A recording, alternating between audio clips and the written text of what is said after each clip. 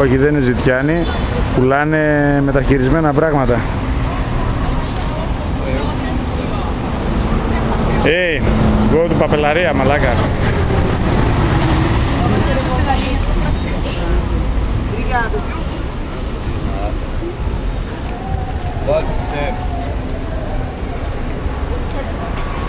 Viva amigo! Viva Brasil! Viva brasileiros! Amigo, obrigado. Viva tequila!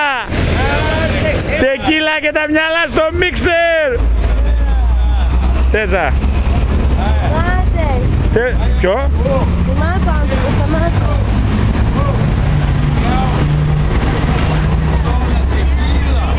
Tequila! Λεφτά, λεφτά.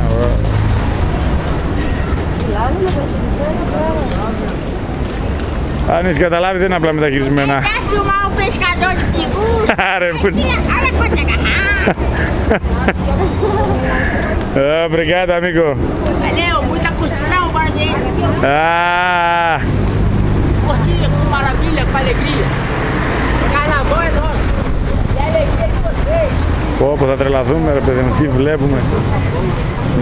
Από καλές ταβέρνες που καθίσαμε μέχρι σε παραλίες κοσμοπολίτικες, να το πούμε έτσι. Αυτό είναι σαν να τα βάλω στο πιτί εγώ ταχυσύνδεσμοι για να ποτίσω, γιατί τα έχουν για ποτιστικά.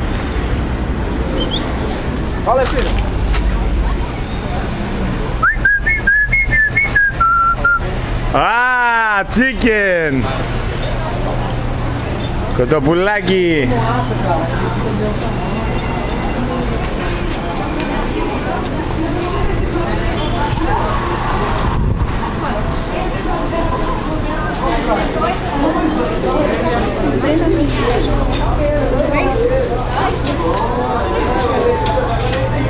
Με έσπασε τη μύτη ρε γάμο το.